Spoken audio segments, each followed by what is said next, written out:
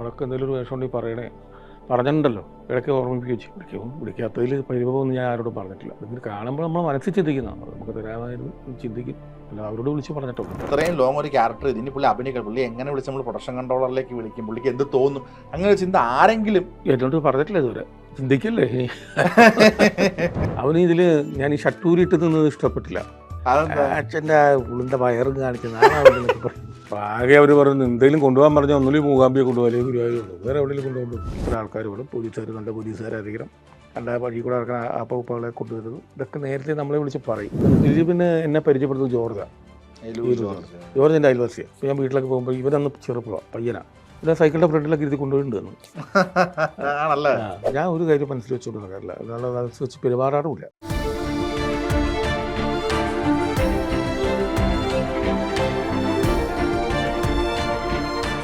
Own your pride.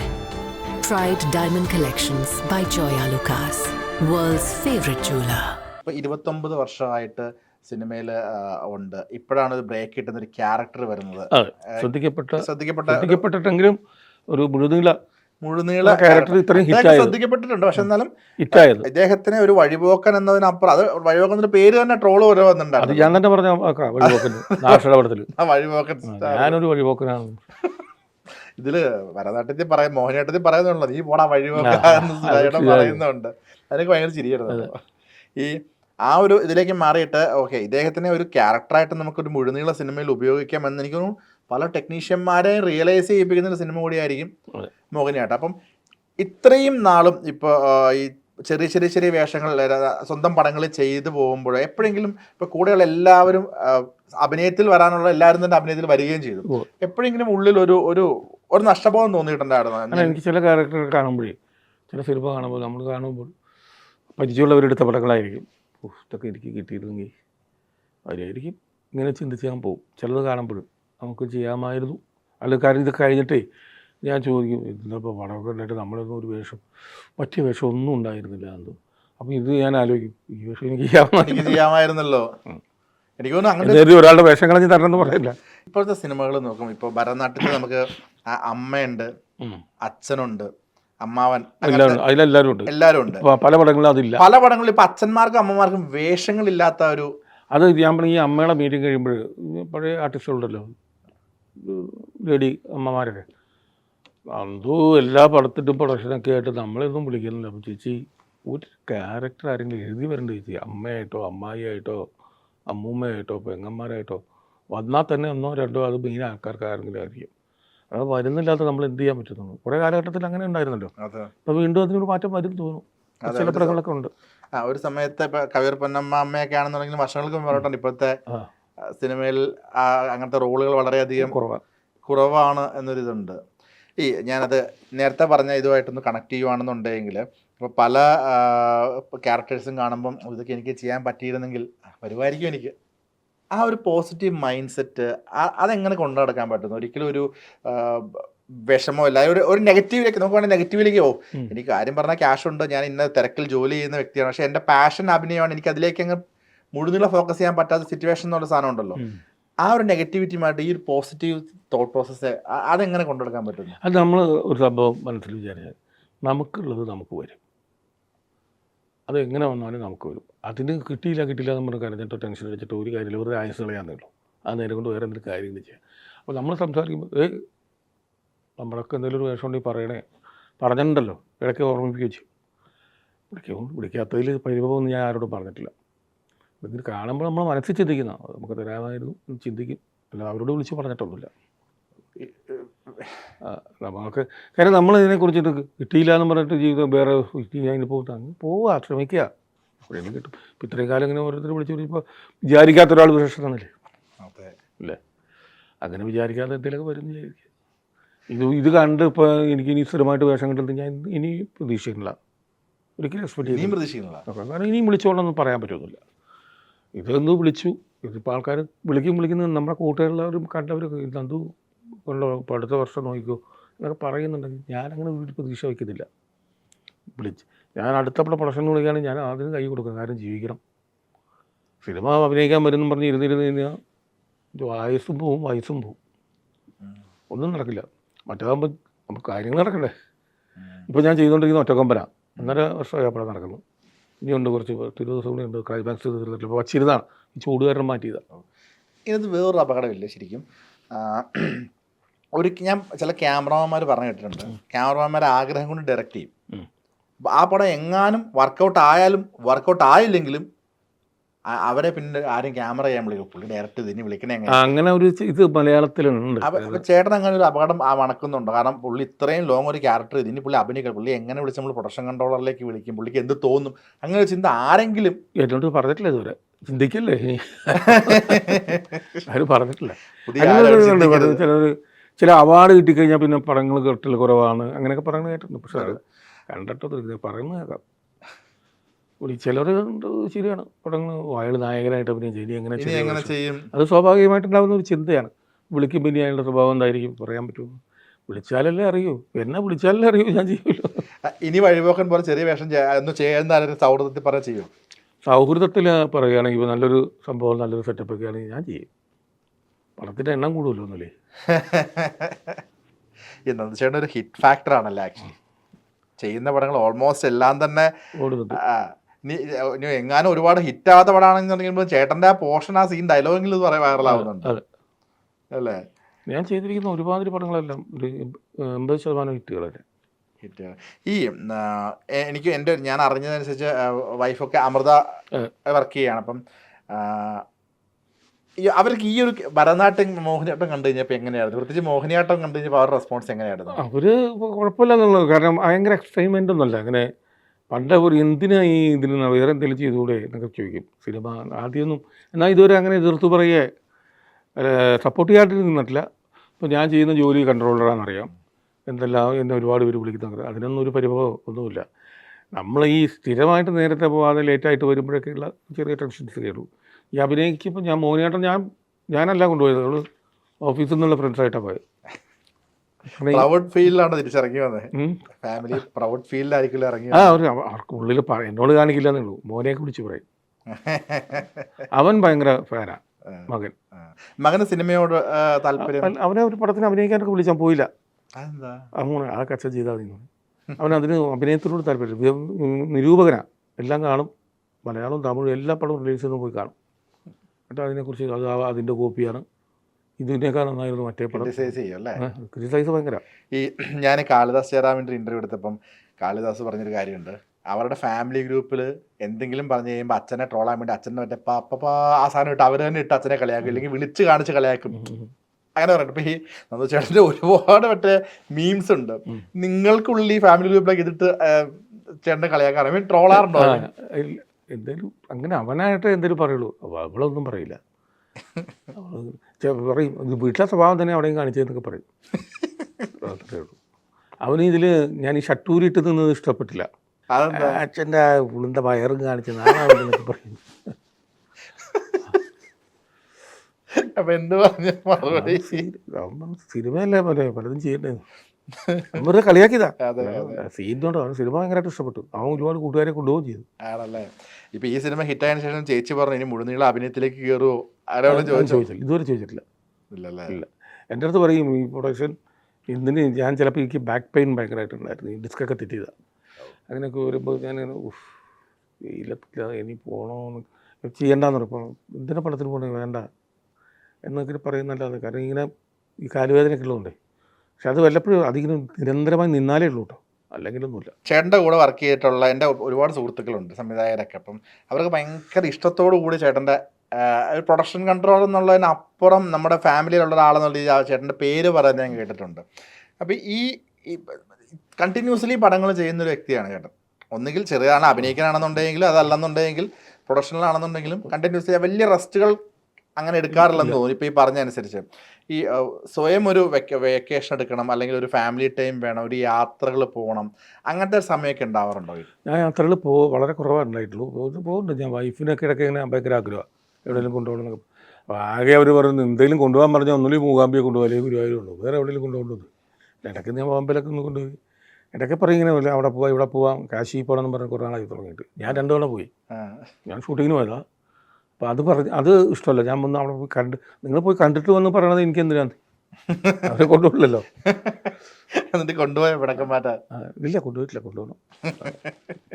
ജന്മം എന്ന് പറയുന്ന സിനിമയെ പറ്റി ചോദിച്ചു കഴിഞ്ഞാൽ ഒന്ന് ജോഷി സാറുമായിട്ട് സൗഹൃദം, ആ ഒരു ബോണ്ടിങ്, ഈ ജോഷി സാറിൻ്റെ ശബ്ദം ഇത്രയും വർഷത്തിനിടയ്ക്ക് ഞാൻ ആകെപ്പാട് ഒരു ഹലോ മാത്രമാണ് കേട്ടിട്ടുള്ളത് അദ്ദേഹം സംസാരിക്കുന്നത്.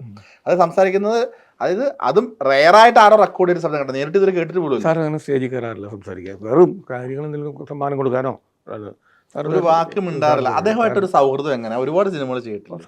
അദ്ദേഹത്തിൻ്റെ അടുത്ത് സൗഹൃദം എന്ന് പറഞ്ഞാൽ അങ്ങനെ അദ്ദേഹത്തിൻ്റെ അടുത്ത് നമുക്ക് സാറിൻ്റെ അടുത്ത് നമുക്ക് എന്ത് പറയാം, സന്ദർഭവും സമയം നോക്കിയിട്ട് സാറിൻ്റെ അടുത്ത് എന്ത് സംസാരിക്കാം. സാറ് ഭയങ്കര തിരക്കിലിരിക്കണം, സ്ക്രീൻ വായിച്ചുകൊണ്ടിരിക്കണം, ആരെങ്കിലും ചെന്നിട്ട് പറഞ്ഞു കഴിഞ്ഞാൽ ചീത്ത പറയും സാറ്. അല്ലെങ്കിൽ നമുക്ക് എന്ത് വേണമെങ്കിലും സാർ ഇങ്ങനെ പ്രശ്നമുണ്ട്, അല്ലെങ്കിൽ ഇതാണ്, ശരി ശരി അത് മാറ്റിക്കോളൂ, നോക്കിക്കോളൂ, പറഞ്ഞു തരും. അതല്ലേ ഒരു ലൊക്കേഷൻ്റെ ഹയർ സാർ നമ്മൾ പേഴ്സണലായിട്ട് പറയുകയാണ്, സാറ് കുറേ കൂടുതലാണെന്ന് തോന്നുന്നു, അതിൻ്റെ കുറവുള്ളത് പിടിച്ചോളൂ. പുള്ളി കാര്യങ്ങളൊക്കെ കറക്റ്റാണ്. പുള്ളി ഭയങ്കരമായിട്ട് അഭിനയിച്ചുകൊണ്ടിരിക്കുന്നവരെ പ്രോത്സാഹിപ്പിച്ച് ആസ്വദിക്കുന്ന ഒരാളാണ്. ആക്ട് ചെയ്യുമ്പോൾ ആ ക്യാരക്ടർ പുള്ളി ശ്രദ്ധിക്കും ഭയങ്കരമായിട്ട്. പുള്ളി അതിൽ ഇൻവോൾവ് ആവാറുണ്ട് ഭയങ്കരമായിട്ട്. നല്ലത് ചെയ്ത ജൂനിയർ ആർട്ടിസ്റ്റ് ആയാലും പുള്ളി ഭയങ്കരമായിട്ട് അപ്രീഷിയേറ്റ് ചെയ്യും. സാർ കാണിച്ചു കൊടുക്കും, അതേ പറയുള്ളൂ, പറഞ്ഞു കൊടുക്കും. കാണിക്കുന്നത് അറിയാം സാറിന് ഇത് കറക്റ്റാണോ ഇല്ലയോ എന്നുള്ളത്. ജഡ്ജ്മെൻറ്റ് ഭയങ്കര എഡിറ്റഡാണ് മനസ്സ്. ഈ റീൽ ഇത്രയിൽ, ഈ റീൽ ഇത്ര, ഈ സീൻ ആ റീലിൽ കംപ്ലീറ്റ് എഡിറ്റഡാണ്. അതുകൊണ്ട് സാറ് ഇങ്ങനെ ഈ പരിപാടിയൊന്നുമില്ല, മാർക്ക് ചെയ്യുന്ന പരിപാടി നോക്കുന്നില്ല. ഒരു ഒറ്റ പ്രാവശ്യത്തേക്ക് വായിക്കും കൊടുക്കും, എന്നിട്ട് സാറ് പറയും. സാറിന് ഭയങ്കര ജഡ്ജ്മെൻറ്റാണ്. സാറ് ലൊക്കേഷനിൽ വന്നിട്ടാണ് എവിടെ ചെയ്യലെന്ന് ആലോചിച്ച് നേരത്തെ കൂട്ടി വരുന്ന പരിപാടിയൊന്നുമില്ല. അവിടെ വന്നിട്ട് തോന്നുന്ന ആ ഇതിലാണ് ആംഗിളൊക്കെ വെക്കുന്നത് പുള്ളി. അങ്ങനെയാണല്ലേ? എത്ര പടം ചെയ്തല്ലേ? അതല്ല പറയുന്നത്, അന്നും ഇന്നും നമ്പർ 1 എന്നുള്ള രീതിയിൽ എപ്പോഴും ചെറുപ്പക്കാരുടെ കൂടെ പുള്ളി പിടിച്ചു നിൽക്കുന്നു. പുള്ളി ഷോട്ട് ഫൈറ്റൊക്കെ വരുമ്പോൾ പുള്ളി എനർജറ്റി ഇറങ്ങി പുള്ളി ഇറങ്ങും. തീപ്പന്തൊക്കെ എറിയുകയാണെങ്കിൽ അങ്ങനെ അല്ലടാ എറിയേണ്ടത്, പുള്ളി അത് കാണിച്ചു കൊടുക്കും. ഭയങ്കര എനർജറ്റിക്കാണ്. തിരുമ ഭയങ്കര ഡെഡിക്കേറ്റഡാണ് പുള്ളിക്ക്. അതാ ഞാൻ പറഞ്ഞു, ജൂനിയർ ആർട്ടിസ്റ്റ് ചെയ്താലും അപ്രീഷിയേറ്റ് ചെയ്യും. പുള്ളി തന്നെ പറയും ചിലപ്പോൾ അവന് കുറച്ച് പൈസ കൂടെ വാങ്ങിച്ചു കൊടുത്തേക്കാൻ പറയും. അങ്ങനെയൊക്കെ പറയാം. അത് എൻ്റെ അക്കൗണ്ടിൽ നിന്ന് കൊടുത്താൽ മതി, പ്രൊഡ്യൂസറിൽ നിന്ന് കൊടുക്കണ്ട, അത് കൊടുക്കാം. ഗംഭീരമായിട്ട് ചെയ്യുന്നുണ്ട്. ഫൈറ്റ് മാസ്റ്റർമാർ ചെയ്യേണ്ടത് ചിലപ്പോൾ വണ്ടി ഓടിച്ച് നിർത്തണതൊക്കെ ചിലപ്പോൾ ആ ഡ്രൈവർ തന്നെ ചെയ്തിട്ടുണ്ട്, വണ്ടി കൊണ്ടുവന്ന്. പുള്ളിക്ക് ഭയങ്കര അപ്രീഷിയേറ്റ് ചെയ്യും. നല്ലത് കണ്ടാൽ അത് മടിക്കാത്ത വ്യക്തിയാണ് ജോഷി സാർ. അത് കണ്ടത് ഗംഭീരമായിട്ടെന്ന് പറയും. ആൾക്കാരിങ്ങനെ അങ്ങനെയൊന്നും ഇല്ല സാറ്. നമ്മളൊക്കെ കേട്ടേക്കെന്ന് വെച്ചാൽ പുള്ളി ഭയങ്കര ചൂടുമാണ്. സാറിൻ്റെ ആ ശരീരമൊക്കെ വെച്ചിട്ട് കണ്ടിട്ട് സാറ് അങ്ങനെ ചൂടാണ്, ആവശ്യത്തിന് ചൂടാണ്. സാറിന് വേണ്ട സാധനം കിട്ടിയില്ലെങ്കിൽ സാറ് ചൂടാവും. സാറ് നേരത്തെ അപ്പോഴല്ല വന്ന് പറയുന്നത്, 3 ദിവസം മുമ്പേ പറഞ്ഞിട്ടുണ്ടാവും, എനിക്കത് വേണം, ആ വണ്ടി ആയിരിക്കണം, ഇത്ര ആൾക്കാർ വേണം, പോലീസുകാർ നല്ല പോലീസുകാരായിരിക്കണം, കണ്ട വഴി കൂടെ നടക്കുന്ന ആപ്പകളെ കൊണ്ടുവരുന്നത്, ഇതൊക്കെ നേരത്തെ നമ്മളെ വിളിച്ച് പറയും. എന്നിട്ട് അത് ചെയ്തില്ലെങ്കിൽ സ്വഭാവമാണ്. അങ്ങനെ എപ്പോഴെങ്കിലും ഒരു ഇൻസിഡന്റ് സാർ ദേഷ്യപ്പെടുന്നത് സാക്ഷിയായിട്ടുണ്ട്? ഇഷ്ടംമാതിരി ദേഷ്യപ്പെടുന്നത് ഞാൻ കണ്ടിട്ടുണ്ട്. അത് നമ്മളോടുള്ള ദേഷ്യമല്ല സാറ്, അത് ആ സമയത്ത് നടക്കാതെയും ഈ കുട്ടികളുടെ ജൂനിയർ ആർട്ടിസ്റ്റുകൾ ചിലപ്പന്മാർ ഉഴപ്പുമ്പോഴൊക്കെ അവനെ പിടിച്ച് മാറ്റി വേറെ ആരെയും വയ്ക്കുന്നൊക്കെ പറഞ്ഞു. സാറിന് പെർഫെക്ഷൻ കിട്ടണം. ഈ പ്രിയദർശൻ സാറുമായിട്ടുള്ള സൗഹൃദം എങ്ങനെയാണ്? പ്രിയൻ സാറായിട്ട് വർഷങ്ങൾക്ക് മുമ്പ് ഒരു പരിചയമുണ്ട്. ഞാൻ സ്കൂളിൽ പഠിക്കുന്ന സമയത്ത് എൻ്റെ അച്ഛൻ്റെ വീട്ടിൽ ഒരു കല്യാണത്തിന് വന്നു. പ്രിയൻ സാറിൻ്റെ സിസ്റ്ററും. കാരണം ഈ കല്യാണം കഴിച്ചവർ പ്രിയൻ സാറിൻ്റെ അയൽവാസികളാണ് തിരുവനന്തപുരത്ത്. അവർ വന്ന് പറവൂര് വീട്ടിൽ. അപ്പോൾ അന്ന് പ്രിയൻ സാർ അവിടെ വരികയും സാറ് ചെറിയ പനിയൊക്കെ ഉണ്ടായിട്ട് ഞാൻ ഹോസ്പിറ്റലിലേക്ക് കൊണ്ടുപോയത്. അതൊക്കെ ഞാൻ സാറിനോട് പറഞ്ഞിട്ടുണ്ട്, അത് വെട്ടത്തിന് തന്നപ്പോൾ. അപ്പോൾ അദ്ദേഹം സിനിമയിലൊന്നുമില്ല, ഉണ്ട്, സിനിമ നടക്കുന്ന സമയം, മറ്റേ പിന്നെ ഇതൊക്കെ നടക്കുന്ന സമയമാണ്. ഇതാണ് ശങ്കർ ലാലേട്ടൻ്റെയൊക്കെ പടമൊക്കെ നടക്കുന്ന അരംപ്ലസ് നടക്കുന്ന സമയം. ആ സമയത്തൊക്കെ ഹിറ്റുകൾ കൊടുക്കുന്ന സമയത്ത് തന്നെ പുള്ളി വന്നു. അന്ന് പനിയായിട്ട് ആശുപത്രി കൊണ്ടുപോയി. പനിയായിട്ട് ഞാൻ ആശുപത്രി, അത് സാറിന് ഓർമ്മ പറഞ്ഞപ്പോൾ. അപ്പോൾ ആ വീട്ടുകാർ സാറിൻ്റെ അയൽവാസികളോ ഫാമിലി ഫ്രണ്ട്സാണ്. ഈ എൻ്റെ അച്ഛൻ്റെ ചിറ്റയാണ്. അത് ഇവർ തിരുവനന്തപുരത്ത് മുളകുമ്പോഴുള്ള. അപ്പോൾ അവർ അങ്ങോട്ടും ഇങ്ങോട്ടും ഭയങ്കര അയൽവാസികൾ. അപ്പോൾ അവരുടെ മകളുടെ കല്യാണത്തിന് വന്നാൽ സാർ ആ ഒരു പരിചയമാണ് ആദ്യത്തെ. അത് ഞാൻ വെട്ടത്തിൽ ചെന്നപ്പോൾ പറഞ്ഞപ്പോൾ ഈ പൊതുവെ ഫാമിലിയെ പറഞ്ഞപ്പോൾ സാറിന് മനസ്സിലായിരുന്നു. അവിടെ നിന്ന് പിന്നെ സാറിന് എൻ്റെ പടങ്ങളൊക്കെ വരച്ചുകൊണ്ട് സാറിന് അറിയാം. അവർ നല്ല വേഷം കൊണ്ട് തരും. വെട്ടമാണ് ഫസ്റ്റ് പറഞ്ഞ് മീറ്റ് ചെയ്യുന്നത്. വെട്ടത്തിലാണ് ഫസ്റ്റ് ഞാൻ അഭിനയിക്കുന്നു, മീറ്റ് ചെയ്യുന്നു. അതിനുശേഷം സാറിൻ്റെ പടങ്ങൾ ഒരുപാട് ചെയ്തു, വർക്ക് ചെയ്തു, അഭിനയിച്ചു, കൺട്രോൾ ചെയ്തു. സാർ ഈ വർഷങ്ങൾ മുന്നത്തെ ട്രൂപ്പോട്ടുള്ള ബന്ധമാണ് ഇപ്പം അബി, ദിലീപേട്ടൻ, നാദർഷിക്ക. ദിലീപൊക്കെ ഞാൻ ട്രൂപ്പിൽ വന്നിട്ട് ദിലീപിനെ എന്നെ പരിചയപ്പെടുന്നത് ജോർജ് എൻ്റെ അയൽവാസിയാണ്. ഈ എറണാകുളത്തൊക്കെ എടുത്ത് വെച്ചിട്ട് അന്ന് ഞാൻ ഓസ്കറിൽ കളിച്ചുകൊണ്ടിരിക്കുക. ഓസ്കാർ. അത് ദിലീപ് ഹരിശ്രീയിലും ജോർജ് ഹരിശ്രീയിൽ. അപ്പോൾ ജോർജ് ഞാനും കൂടി കൊച്ചിൻ ഓസ്കാർ അല്ലേ? കൊച്ചിൻ ഓസ്കാർ ബേബി പെട്ടാന്ന് പറഞ്ഞിട്ട് നടത്തിയിരുന്നു. അവനിപ്പോൾ ഇവിടെ ഇല്ല, അവൻ ലണ്ടനിലാണ്. അത് മാളച്ചേട്ടൻ്റെ ട്രൂപ്പായിരുന്നു. മാളച്ചേട്ടന് ഇവർക്ക് കൊടുത്തതാണ്. അപ്പോൾ ആ കൊച്ചിൻ ഓസ്കാർ കളിക്കുമ്പോഴാണ് ഞാൻ അതിൽ ജോർജ് അടുത്തുള്ള വീട്ടുകാരാണ്. ജോർജിൻ്റെ സിസ്റ്ററൊക്കെ എൻ്റെ കൂടെ പഠിച്ചത്. സരിത തിയേറ്ററിൽ വെച്ചിട്ട് ഇങ്ങനെ വിചാരിച്ചുകൊണ്ട് സിനിമയ്ക്ക് കയറി കാണുമ്പോഴാണ് ഇത് ദിലീപ് പരിചയപ്പെടുന്നു. അവിടെ ആരും സിനിമ വന്നിട്ടില്ല, എല്ലാവരും മിമിക്രി. ദിലീപ് അസിസ്റ്റന്റ് ഡയറക്ടറും ആയിട്ടില്ല. അങ്ങനെ അതിൽ പരിചയപ്പെടുന്നു. പരിചയപ്പെടുന്നു. ജോർജിനെ നേരത്തെ അറിയാം. അതിന് ശേഷമാണ് നിങ്ങൾ മറ്റേ ഒരുമിച്ചൊരു ട്രൂപ്പിൽ അബിയുടെ ട്രൂപ്പിൽ വന്നു. ട്രൂപ്പിൽ വരികയും അബിയെ ഞാൻ അതിന് മുമ്പ് പരിചയപ്പെട്ടു. ബോംബെയിൽ ഞാൻ പരിചയപ്പെടുന്നു. അപ്പം ദിലീപിനെ അറിയാം.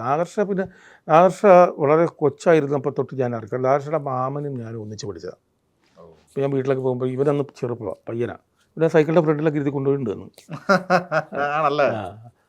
അപ്പോൾ ഈ പൈപ്പിൻ്റെ ചോട്ടിൽ വെള്ളം തെറ്റിച്ച് കളിക്കുമ്പോൾ വീട്ടിലേക്ക് ഓടിച്ചിട്ടുണ്ട് ഞാൻ. ഈ പൈപ്പ് തുറന്നിട്ട് വെള്ളം ഇങ്ങനെ പിള്ളേർ. അന്ന് ദാസ പാട്ടിലേക്ക് കയറിയിട്ടുണ്ടെന്ന് തോന്നുന്നില്ല. അതിനുശേഷം ഞാൻ ബോംബെ പോയി ദാസയൊക്കെ വളർന്നു, അറിയില്ല, പരിചയമില്ലാതെ. ഷൺമോഹൻ ദാസ് ബോംബെയിൽ ദാസ ഒരു പരിപാടി ആയിരുന്നിട്ട് അവിടെ വെച്ചിട്ട് രണ്ടാമത് ഞാൻ ദാസയെ പരിചയപ്പെട്ടത്. ദാസ എന്നോട് ചോദിക്കാം, ഏലൂരിൽ എൻ്റെ മാമയെ അറിയില്ലേ? ഞാൻ പറഞ്ഞു നീ സലീം എന്നാണ് അവൻ്റെ പേര്, സലീമിൻ്റെ മരുമോനാണല്ലോ. അങ്ങനെ രണ്ടാമത് പരിചയപ്പെടുക ചെയ്തു അവിടെ. പണ്ട് കൊച്ചിലെ കണ്ടതല്ലേ. ആ സൗഹൃദങ്ങളൊക്കെ ഇപ്പോഴും അതുപോലെ തന്നെ മെയിൻറ്റെയിൻ. നാഷ കിട്ടുന്നു. നാഷ പറഞ്ഞു നാഷയുടെ 14 വോളിയും ഓഡിയോ കാസറ്റിലും എന്നെ വർക്ക് ചെയ്യിച്ചിട്ടുണ്ട്. കൊമ്പത്തിൽ എല്ലാത്തിലും ഓഡിയോ കാസറ്റിലും അതുപോലെ വിഷ്വൽ ചെയ്യുന്ന സ്ഥലത്തുമൊക്കെ നമ്മൾ തന്നെ 2-3 വിഷ്വലിൻ്റെ പ്രൊഡക്ഷൻ ഞാൻ തന്നെയായിരുന്നു. ചേട്ടൻ ഇത്രയും പരിചയങ്ങളും കാര്യങ്ങളൊക്കെ ഉണ്ട്. അപ്പോൾ ചേട്ടനായിട്ട് പ്രൊജക്റ്റുകൾ ഉണ്ടാക്കിയിട്ടുണ്ടോ? അപ്പോൾ ഈസി ആയിട്ട് നമുക്ക് തന്നെ റോളുകൾ ഞാനായിട്ടൊരു പ്രൊഡക്റ്റ് ഉണ്ടാക്കിയത് ഞാൻ പറഞ്ഞ് വിജയകുമാർ സാറിൻ്റെ അടുത്ത് എന്ന് പറഞ്ഞ് അങ്ങനെ ഞാനായിട്ട് കൊണ്ടുവന്നതാണ് റോൾ മോഡൽസ്. ആണല്ലേ? ശിവരാജ് വിജയകുമാർ സാറിനോട് പറഞ്ഞ് ഇങ്ങനെ റാഫി സാറിനെ കൊണ്ട് റാഫി സാറിൻ്റെ അടുത്ത് പോയി കണ്ട് റാഫി സാറിനെ പറ്റി പറഞ്ഞാൽ അവർക്ക് അല്ലെങ്കിൽ ഒരു ആഗ്രഹം ഉണ്ടായിരുന്നു, വിജയകുമാർ സാറിനോട് പ്രൊജക്റ്റ് ചെയ്യണം എന്നൊരു ആഗ്രഹം ഉണ്ടായിരുന്നു. സാറിൻ്റെ അടുത്ത് ഞാനാ പോയി പറയുന്നത്, സാറേ നമുക്ക് ഇങ്ങനെ സംഭവമുണ്ട്, ചെയ്യാം. ഓക്കെ, അങ്ങനെ വന്നാണ് റോൾ മോഡൽസ്. ഇത്രയും വർഷത്തെ കരിയറിൽ ചേട്ടൻ ഈ എന്തെങ്കിലും ഒരു പിണക്കം വന്നു കഴിഞ്ഞാൽ ഈ പിണക്കത്തിന് എത്ര ദിവസത്തെ? ഇപ്പോൾ പ്രൊഡക്ഷൻ കൺട്രോളറാണ്, പലരോടും മുഖം കറുത്ത് സംസാരിക്കേണ്ടി വരും, അറുത്ത് മുറിച്ച് കാര്യങ്ങൾ ഡിസിഷൻ എടുക്കേണ്ടി വരും. അപ്പം എത്ര ദിവസം? ഒരു ദിവസം നിൽക്കില്ല. അതാ പറഞ്ഞു കഴിഞ്ഞാൽ അപ്പം തീർന്നു. പിന്നെ നമ്മളത് വെച്ചുകൊണ്ടിരിക്കാറില്ല, മനസ്സിൽ വെച്ചുകൊണ്ടിരിക്കാറില്ല. ഈ ബാഗേജ് കൊണ്ടു നടക്കാൻ താല്പര്യമില്ലാത്ത ആളാണ്. മനസ്സിൽ ഞാൻ ഒരു കാര്യം മനസ്സിൽ വെച്ചുകൊണ്ട് നടക്കാറില്ല, അല്ലാതെ മനസ്സിൽ വെച്ച് പെരുമാറാറുമില്ല. അവനെ എനിക്കിട്ട് പലതാണ് അവനെ അടുപ്പിക്കുക, അങ്ങനെ പോട്ടെ. ജീവിക്കാൻ അനുവദിക്കും എന്ന് പറഞ്ഞാൽ ആ ഒരു പാറ്റേൺ ആണല്ലേ. അതിനകത്ത് അവൻ്റെ ജോലി കളഞ്ഞിട്ട് നമുക്ക് എന്തിട്ടാണ്? ആ ചെക്കൻ്റെ കുടുംബം അല്ലാതാവും, അല്ലെങ്കിൽ അവനും വേറെ അവന് പിന്നെ അതുപോലെ മുദ്ര കുത്തിപ്പോവും, വേറെ ആരും വിളിക്കാണ്ടാവും. നമ്മളായിട്ട് ഉപദ്രവിക്കാൻ നിൽക്കില്ല. അവരെന്തെങ്കിലും ചെയ്തിട്ടുണ്ടെങ്കിൽ അവൻ അനുഭവിച്ചോളൂ. ഈ കുറി പണ്ടോട്ടെ ഉണ്ടല്ലോ, ഒരുപാട് വർഷങ്ങളായിട്ട് ഞാൻ തുടർന്നാണ്. ഞാൻ മൂകാംബിക അമ്പലത്തിലെ കുറിയായത്. അവിടുത്തെ അവിടെ പോകാൻ പറ്റുമ്പോഴൊക്കെ വെളി വന്നാലേ പോകാൻ പറ്റുള്ളൂ എന്നാണല്ലോ. പോയത് കഴിഞ്ഞ ദിവസം പോയിരുന്നു, ഒരു പടത്തിൻ്റെ പൂജ അവിടെയായിരുന്നു. കഴിഞ്ഞ 2-3 മാസം മുമ്പ് ഞാനൊരു വെബ് സീരീസ് ചെയ്തു, അത് അവിടെയാണ് പൂജ ചെയ്ത്. കാസർഗോഡ് എംബസി അതവിടെ ചെയ്തത്, അതിൻ്റെ പ്രൊഡക്ഷൻ ഞാനായിരുന്നു. ഈ എനിക്ക് തോന്നുന്നു ഷൂട്ടില്ലാത്ത സമയത്ത് അല്ലെങ്കിൽ പ്രൊഡക്ഷൻ കൺട്രോൾ ആകുമ്പോൾ എപ്പോഴും കുറി ഉണ്ടാവും. ഞാൻ ചേട്ടൻ പലപ്പോഴും കാണുമ്പോഴൊക്കെ കുറിയുണ്ട്. രാവിലെ കുളി കഴിഞ്ഞാൽ അമ്പലത്തിൽ പോയി. ഓക്കെ, ഈ സമയമൊക്കെ എങ്ങനെ മാനേജ് ചെയ്യുന്നത് ശരിക്കും? ചേട്ടൻ എത്ര അസിസ്റ്റൻസ് ഉണ്ട്? അറ്റ് എ ടൈം എത്ര പടം ചെയ്തിട്ടുണ്ട്? അറ്റ് എ ടൈം പണ്ട് ഒരു തവണ 2 പടം ഒരുമിച്ച് ചെയ്തു. 4-5 സിനിമകളൊക്കെ എടുത്ത് ചെയ്യുന്നതാണ്. ആൾക്കാരെ വെച്ചിട്ട് ചെയ്യുന്നതല്ലേ, അസിസ്റ്റൻസിന് ഒരുപാട് നല്ല അസിസ്റ്റൻസിന് ഞാനങ്ങനെ ചെയ്തിട്ടുണ്ട്. ഇപ്പോൾ പ്രകമ്പനം ഞാൻ ചെയ്തപ്പോൾ എൻ്റെ കൂടെ എൻ്റെ അനിയനെ വെച്ച്, എൻ്റെ അനിയനും കമലാക്ഷനും പറഞ്ഞിട്ട് 2 പേരെ വെച്ച് അത് ചെയ്തു. വേറെ ആ സമയത്ത് ഞാൻ ഒറ്റക്കമ്പൻ സിന്ധു പരിക്കലിലൂടെ വർക്ക് ചെയ്തുകൊണ്ടിരിക്കുക. ആ സമയത്ത് തന്നെ എനിക്ക് ഒരു പടം കൂടെ വന്നു, ഒരു സ്റ്റാർട്ടപ്പ് കഥ, അത് വന്നു. അതുകൂടാതെ ആഘോഷം, ഈ 3 പടം ഒന്നിച്ചാവട്ടെ. ആഘോഷത്തിൽ ഞാൻ പ്രണവിനെ വെച്ചു, ആൻ്റണി ഇടയ്ക്കിടയ്ക്ക് പോവും. ഇതിൽ സ്റ്റാർട്ടപ്പ് കഥയിൽ ഞാൻ ഒരാളെ വെച്ചുള്ളൂ, ഈ ആൻ്റണി അവിടെ നിന്ന് വിളിച്ച് ഇവിടെ വെച്ചിട്ട് ഞാൻ ഇടയ്ക്ക് ഫോണിൽ കൂടെ പോയി. ഇങ്ങനെ 3 പടം ചെയ്ത് തിരക്ക് മാനേജ് ചെയ്യാൻ ടെൻഷൻ. ചെറിയ പടങ്ങളായതുകൊണ്ട് കുഴപ്പമില്ല. പിന്നെ കൂടെ നിൽക്കുന്നവർ മിടുക്കന്മാരായിരിക്കും, അവരുടെ കുഴപ്പമില്ല, തീർന്നു. വലിയ പടങ്ങൾ വരുമ്പോൾ ഉടനെ പിടിക്കത്തുള്ളൂ അല്ലേ? വലിയ പടങ്ങൾ അങ്ങനെ പ്രൊഡക്ഷൻ മിക്കവാറും എൻ്റെ മോനേട്ടനോ സിന്ധു പരക്കലോ ആരെങ്കിലും ഒക്കെ കാണും. സിധു അപ്പോൾ ചേട്ടൻ എൻ്റെ അടുത്ത് എക്സിക്യൂട്ടീവ് ആയിട്ട് വർക്ക് എക്സിക്യൂട്ടീവായിട്ട്. ചെയ്യും. അല്ലാതെ ഞാൻ വർക്ക് ചെയ്യുന്നുണ്ട്. ഒറ്റയ്ക്ക് ഞാൻ ചെയ്തിട്ടുണ്ട്. പ്രിയത്താൻ്റെ ഓളവും തിരിവും വലിയ ഓളമല്ലേ, അത് ഞാനാണ് ചെയ്തത്. അത് എൻ്റെ കൂടെ ഞാൻ പ്രണവിനെ വെച്ചു. അങ്ങനെ ഞാൻ അധികം ഒരാളെ കൂടുതൽ വയ്ക്കാറില്ല, ചിലപ്പോൾ 2 പേര്, അതിൽ കൂടുതൽ ആൾക്കാരെ വയ്ക്കുന്ന പരിപാടിയില്ല. കാരണം വെച്ചാൽ ഒരാളെ ചോദിച്ചാൽ മതിയല്ലോ. അല്ലെങ്കിൽ അവൻ പറഞ്ഞു ഞാനല്ല പറഞ്ഞു, അവനാ പറഞ്ഞു, ഇവനാ പറഞ്ഞു, ഇത് ആരും പറഞ്ഞുകൊണ്ടാവില്ല. ശരിയാ. 2 പേരൊക്കെയാണ് നമുക്ക് ഉത്തരവാദിത്തം കറക്റ്റായിട്ട് പോകാം. ഡിവൈഡ് ചെയ്യാൻ. ചേട്ടാ, അപ്പോൾ നമ്മൾ ഒരുപാട് നേരം സംസാരിച്ചു. വഴിപോക്കലിൽ നിന്ന് തുടങ്ങി അഭിനയിക്കാൻ ആഗ്രഹം വന്നു, കൺട്രോളറായി, വഴിപോക്കനായി അഭിനയിച്ച് ആ ഒരു പേര് തന്നെ സ്വയം ട്രോളി ഇപ്പം മുഴുനീളം ഒരു ക്യാരക്ടർ റോളിലേക്ക് എത്തി കരിയറിൻ്റെ ഒരു എന്താണ് ഒരു യൂട്ടേൺ എടുത്ത് നിൽക്കുകയാണ്. ഇനി അങ്ങോട്ട് പുതിയൊരു വഴിയിൽ കൂടെ സഞ്ചരിക്കാൻ പറ്റട്ടെ, തുടർന്ന് എല്ലാം പൊന്നാവട്ടെ. All the very best. ദൈവത്തിന് നന്ദി അല്ലേ? എല്ലാ ദൈവത്തിന് നന്ദി, സഹകരണത്തിന് നന്ദി. എന്നെ വിളിച്ചതിലും ഇങ്ങനെ ഒരു ഇൻ്റർവ്യൂ തരാൻ സാധിക്കും. ഇൻ്റർവ്യൂകളൊക്കെ ചെയ്യുന്നത് വളരെയധികം ഗുണകരമുള്ള ഒരു കാര്യമാണ്. നല്ല ഇൻ്റർവ്യൂകൾ വന്നാൽ ആൾക്കാർ ശ്രദ്ധിക്കും. തീർച്ചയായിട്ടും. അപ്പോൾ വളരെ വളരെ നന്ദി എല്ലാത്തിനും. താങ്ക് യു ചേട്ടാ.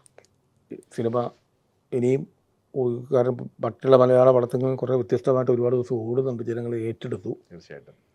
ഒരുപാട് ദിവസം 100 ദിവസം ഓടട്ടെ എന്നൊക്കെ മനസ്സിൽ ആഗ്രഹമുണ്ട്. അതുപോലെ തന്നെ സംഭവിക്കട്ടെ, തുടർന്ന് എല്ലാം പൊന്നാവട്ടെ.